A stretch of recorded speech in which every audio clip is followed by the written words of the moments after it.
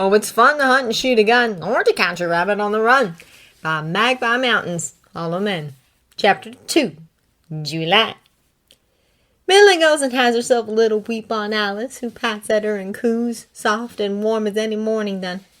I should have known, she repeats, twisting a handkerchief. A is embroidered on one corner in pink rosebuds. Well, I think it was very brave of you, Alice murmurs, passing her another. There's a bird on this one, tiny and blue. Brave and dreadfully romantic. Bullocks, Millie says and blows her nose. 7 of them. My! Susanna props her elbows up, paring knife flicking out in quick, wet flashes of light. It's quieter here, the clang and clamor of drinkers muffled by the door. The occasional argument bites through the wood, but Millie's used to ignoring loud men by now. They do say it's one white woman for every 10 men, Susanna says, but I didn't expect you to take it quite so literal. Hush you! Apple peel uncoils across the table, red and patchy yellow. Millie fishes up an end, puts some in her mouth, says, I was just so mad. What was he thinking? We'd get there and he'd say, Darling, you thought you were done with the pack of grown men yelling for the victuals. Surprise! And I'd take it just fine. Thinking, Susanna murmurs, might not be a virtue we can't ascribe to him, dear. But if we were to, I'd guess he was betting on you being stuck. Seeds pop across the scabby wood. Darn! I'd give him stuck, Millie fumes. It's plain deceitful is what it is. The grumbling of the inn behind the door splits to laughter and Tom Hugin's grizzled head. Really? Them pies! They're coolin', Tom. The boys know when supper is. It ain't changin'. The head grizzles itself out. Quiet drops on in again as Susanna arches a dark brow, knife flicking in and out of apple bruises. Mighty odd way of showing he's glad you stayed on. Always paying me more now. Good. You're the best cook he's ever had, and he knows it. The knife flicks out again. I'm sorry I wasn't here last week. Don't be. Esther needed you. Birthing is hard enough without birthing twins. The dough is too wet under her fingers. She's not paying nearly enough attention today. Millie reaches for the flour tin. I went and sobbed a bit on Alice, who said it was all dreadfully romantic. Oh, mercy. Alice is a ghost. She's sweet. She's just young as all. That's worse. A gosling's even less use than a goose, and a sweet gosling is supper ruined. Susanna! Millie! Susanna mocks. She brushes seeds from her apron, watches Millie out of those dark eyes. Honest now, would you have said yes to him if he told you the truth? What, that he was wanting a hired girl he'd get for free? Millie slams the tin down with more vigor than strictly necessary. A bondservant with no way of buying herself out? A body to warm his bed that he's not paid for? A slave? Breeding stock? Millie Larson! The brow again scandalized. What language? One would almost think you were one of them female agitators. Why, next you'll be fomenting about women's suffrages. And then where'll we be? Susanna! Heavens! One brown hand reaches up to fluff at a bunch of imaginary lace. Lordy, we'd have to give them shiftless Indians back all that good land. Set all them blacks loose on civilized society. Let them heathen Orientals and Mexicans overrun our country. My, we even have to be civil to the Guthries at church on Sunday. Que le horror! Susanna! Millie can tell her glare is half-hearted at as much as trying. Stop that! Miss Gibson is a respectable, God-fearing woman. Don't know which God she's fearing. Who means, well, it ain't right to mock. Ain't right? The bench squawks back. Means will. Have you seen the way she looks at the Guthries? Have you heard her speak to me? The knife clatters to the table. Susanna stands. Have you heard her speak to Leah? Millie, you don't know what it's like. You don't know what it's like to be looked at as if you're listening to somebody's dog, like you're not fit to scrape her slippers on. You don't, or you never tell me she means will. Her face is flushed, hands screwed tight in the loose cotton of her apron. Millie could bite her own tongue off for bringing that look back to her friend's face. Oh, mercy, Susanna, I'm sorry. She stands too, reaching out floury hands. You're right, I don't know. I'm sorry. Lord. Susanna drops her apron and then her eyes, sweeps scattered scraps into the bucket and jerks. Don't, it's not... Look, I'm sorry. I passed her on the way here is all, and she... Well, she tries for a smile, tight at the corners. I best get back. Leah will be needing her supper. Susanna! Millie manages to catch her friend's hands, which tremble in hers a moment until she squeezes them. I really am sorry, not just for me. Oh, Lord, Millie. Susanna's smile is a watery thing, but it's real this time. After a moment, she squeezes back. Come on, walk me to the Guthries. The moment they step out the inn, there's an unearthly howling! Dogs bark, men shout, a vast cloud of white is billowing up outside the general's horse, swallowing a wagon up whole in the noise of frightened horses. Mercy, Susanna says, sounding delighted. What's happened?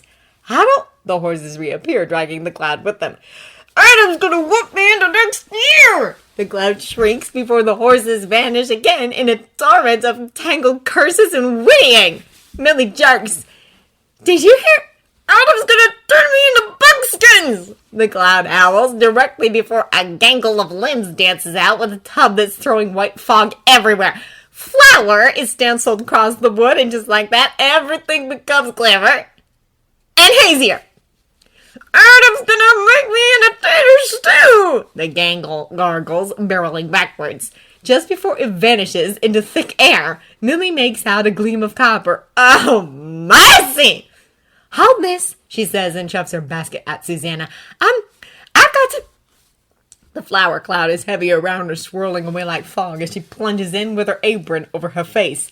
The gangle of elbows in the gloom is probably a boy, but what's visible is either so grubby or so white it could well be a straw puppet that's been left out in the rain, rolled in mud, and dipped in sugar. But there's the copper coloring she's seen on nobody else, and Adam's gonna mix me up for pudding! The boy chokes, mouthing lungfuls of powdery air. He slaws the barrel. He doesn't seem to know where his knees are. Millie lurches forward, grabbing for his collar. Come away, child! The boy skids on all fours through sloppy new dough. He's gonna make me cook myself for dinner! Oh, mercy! He's not, she says firmly into her apron, dragging backwards until she can see clear, her eyes watering. She keeps bagging up. She's going to be finding flour in her hair for weeks this rate. He is! How is this child still talking? Millie takes a step back, grips hard, and yanks! Abruptly, there's air and sunlight and dirt and Juan and Peter with the horses. The edge of the fog lets go of the boy. Millie doesn't. He is! The boy chokes again, insistent. Millie ignores him. She's too busy coughing her belly out her throat to answer, and anyway, she's not 5. My goodness, a voice says from just behind her. What a mess. Stand up, boy. Stop wriggling about like a fish. Millie, let go. Millie does. She backs away from the dust and billow to keep coughing, wiping at her streaming eyes. The boy's like a stepladder when he unfolds, taller than her with room still to grow, even hunched over, hacking. Good, the voice behind her says. Susanna, what's the news? Still some left, Miss Guthrie. Less than half. I see. Tom, would you mind straightening? Thank you, Millie. A dark hand on her arm. Good work. The hand lifts away. Purple rustles at the corner of her vision, and Miss Guthrie moves forward to inspect the front of the shop. Millie straightens a bit to survey the damage alongside her, feeling like she's stripped her throat raw. A second look tells her things aren't so bad as they'd appeared. Miss Guthrie is here for one thing, and nobody can argue that Miss Guthrie doesn't fix things up right and proper, black woman or no black woman. Juan and Peter are settling the horses, who seem calmer now they're not being chased by a shrieking white cloud. Even the fog seems to be thinning itself out thanks to the breeze.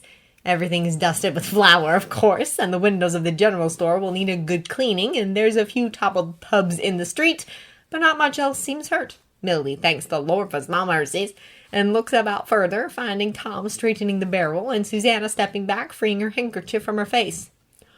Why, Miss Guthrie says, dry as dust. Good afternoon, Miss Bixby. What a surprise to see you. Good afternoon, Miss Guthrie.